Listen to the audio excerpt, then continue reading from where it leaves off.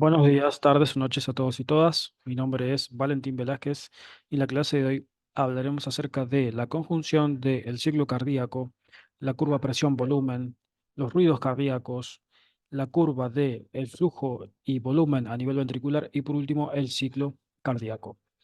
Iniciamos en principio por el segmento superior de la ilustración, en donde nos encontramos con un registro de electrocardiograma normal, en donde podemos evidenciar la onda P, el complejo QRS, la onda T y los diferentes segmentos que allí se establecen en dicho electrocardiograma. Cabe destacar en principio que la onda P se corresponde con la despolarización atrial, el complejo QRS se corresponde con la despolarización ventricular, que esto cabe destacar que se da en tres fases. La primera fase se despolariza el tabique interventricular o septum interventricular.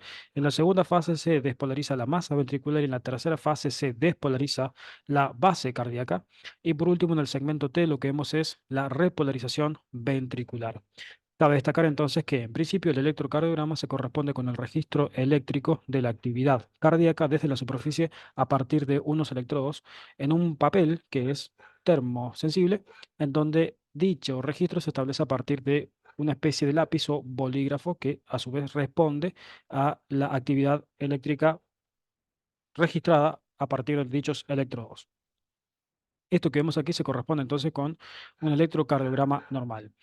Pero vemos cómo en sentido inferior, aquí podemos visualizar cómo el electrocardiograma tiene un correlato con esto que vemos aquí, que son las diferentes fases del ciclo cardíaco. Y para ello vamos a pasar al segmento inferior distal de la diapositiva y vamos a explicar brevemente el ciclo cardíaco.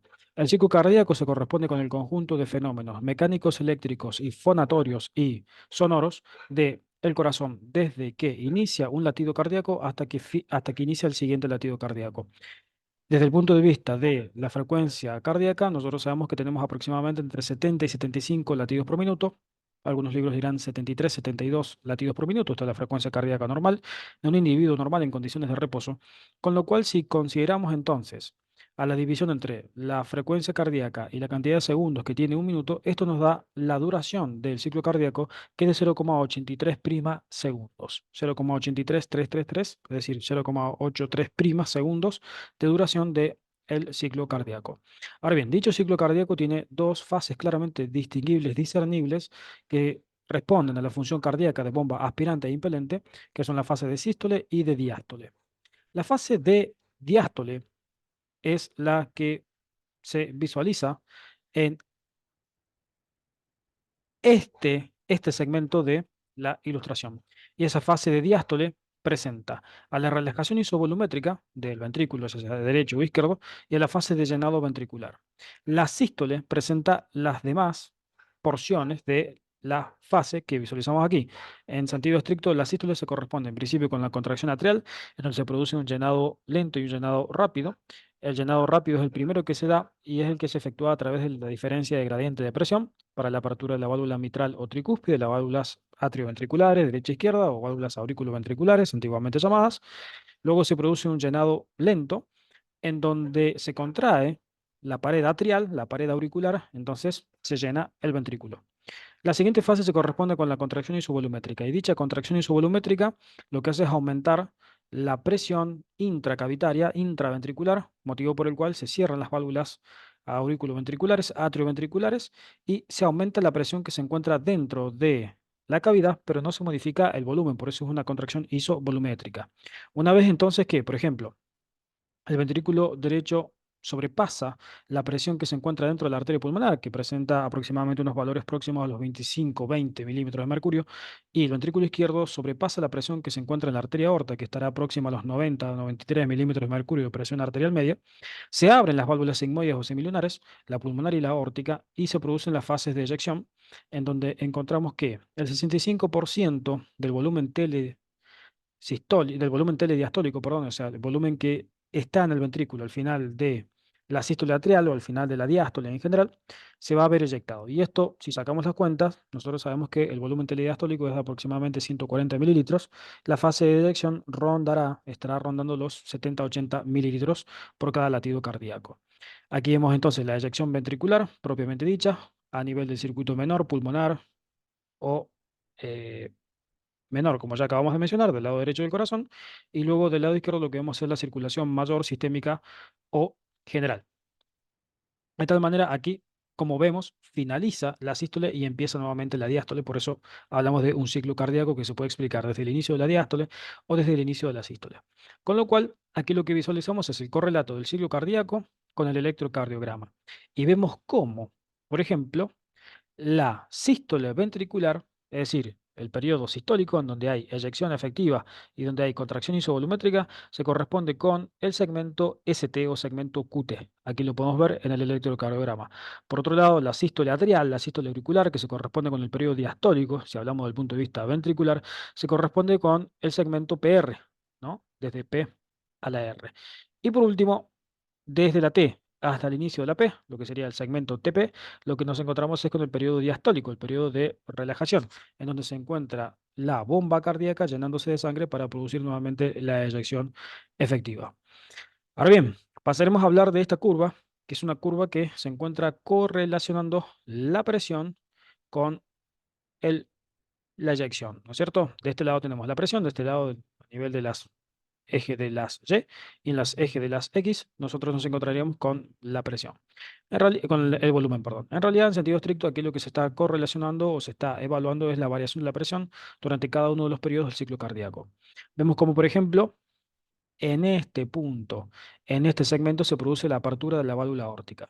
Esa apertura de la válvula aórtica, como nosotros ya sabemos, ciclo cardíaco, entendemos que se produce al final de la fase de contracción isovolumétrica, que aquí lo podemos encontrar, cuando los ventrículos superan las presiones que se encuentran dentro de los grandes vasos, sea el tronco pulmonar o la arteria aorta, con lo cual allí se produce entonces la apertura, en este caso, en sentido estricto, como hablamos de ventrículo izquierdo, de la válvula aórtica. Y cuando se produce la apertura de la válvula aórtica, vemos cómo se dispara la presión. Transitoriamente aumenta la presión, luego decae.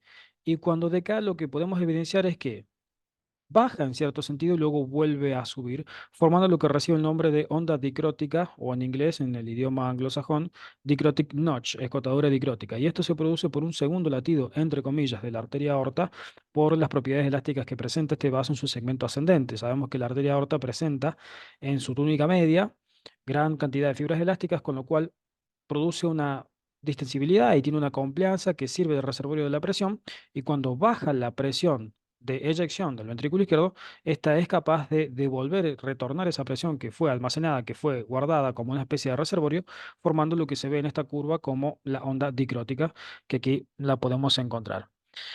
Luego lo que vemos, por ejemplo, en color verde es la presión del atrio izquierdo, es decir, la presión de la aurícula izquierda, cómo va variando en cada una de las fases. Con la apertura de la válvula mitral claramente decrecerá y con el cierre de la válvula mitral claramente aumentará, hasta que pueda aumentar y ser mayor la presión de la aurícula izquierda que el ventrículo izquierdo para producir entonces la eyección del atrio hacia el ventrículo y producir el llenado ventricular, en este caso izquierdo.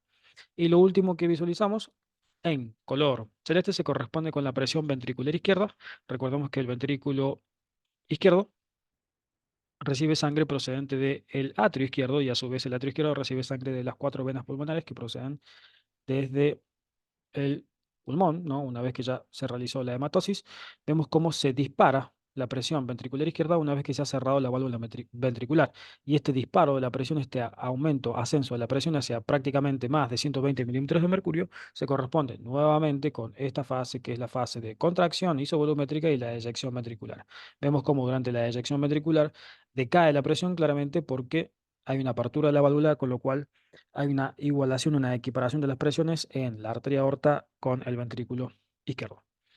Aquí vemos el registro de los ruidos cardíacos, R1, R2, R3, R4. En algunas bibliografías lo van a poder encontrar también con el nombre de S1, S2, S3 y S4.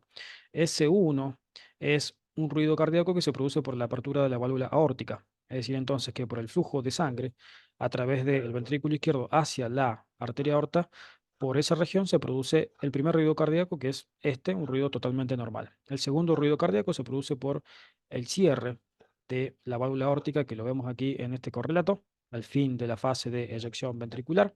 Ese es el segundo ruido cardíaco. Y el tercer y cuarto ruido cardíaco pueden llegar a ser hallazgos patológicos, fundamentalmente el cuarto ruido cardíaco que se corresponde con esta fase, que es la fase de contracción atrial o contracción auricular. Esto se podría deber a una especie de estenosis en alguna de las válvulas atrioventriculares, ya sea a la derecha o ya sea a la izquierda. Y por último aquí una curva de volumen Por eso decíamos hace unos instantes que era una curva de presión-volumen. Aquí tenemos el volumen expresado en mililitros a nivel ventricular. Vemos como, por ejemplo, encontramos aquí un volumen de fin de diástole. Este volumen de fin de diástole, que generalmente se llama así, volumen de fin de diástole, también se puede llamar telediastólico y ronda los 120-130 mililitros. Luego nos encontramos aquí con el periodo diastólico, el periodo sistólico, perdón, el periodo de eyección, con la fracción de eyección, que es 65% aproximadamente, tiene que ser más del 55 para decir que esa función cardíaca está conservada, está indemne. Y aquí vemos cómo el volumen baja claramente porque hay una eyección, es decir, el ventrículo empieza a disminuir su volumen sanguíneo debido a que la sangre está pasando a la arteria aorta en este caso, o puede pasar también a la arteria pulmonar en el caso que hablamos del circuito derecho, del lado derecho, circuito pulmonar o menor. Y esto es lo que se conoce con el nombre de volumen sistólico, ¿no? Volumen sistólico o fracción de eyección es lo mismo. La diferencia es que la fracción de eyección está expresada en porcentajes, el volumen sistólico está expresado en unidades de volumen, justamente, que se corresponde con aproximadamente entre 70 y 80 mililitros en un corazón normal, en una cardiofisiología conservada. Y aquí tenemos lo que es el volumen telesistólico o volumen de fin de sístole, que es el volumen de sangre que queda en el ventrículo izquierdo una vez que ha finalizado la sístole, y eso ronda aproximadamente los 40-50 mililitros. Aquí lo podemos ver, 40-50 mililitros, llegando casi a los 60 mililitros. En esta fase lo que tenemos es la relajación isovolumétrica del corazón, en este caso particularmente del ventrículo izquierdo, en donde se disminuye la presión del ventrículo izquierdo, del ventrículo derecho, con lo cual en el momento que la presión de los atrios es mayor a la de los ventrículos, se abren las válvulas y se produce el llenado ventricular efectivo, en donde aquí vemos cómo en la curva de volumen aumenta el volumen del ventrículo, ya sea derecho o izquierdo. Y aquí por último la contracción atrial, en donde aumenta aún más el volumen ventricular. Esto es lo que llamábamos como llenado rápido en este segmento y esto es el llenado lento. El llenado rápido produce un llenado, valga la redundancia, el 70% del total del ventrículo, mientras que el llenado lento, el 10% remanente. El llenado rápido se produce fundamentalmente por diferencia de gradiente de presión, mientras que el llenado lento se produce por la contracción atrial, por la sístole atrial. Muy bien, pues eso ha sido todo entonces con respecto a este correlato y esta integración de la cardiofisiología. Espero que les haya gustado y servido y nos veremos en siguientes vídeos. Saludos.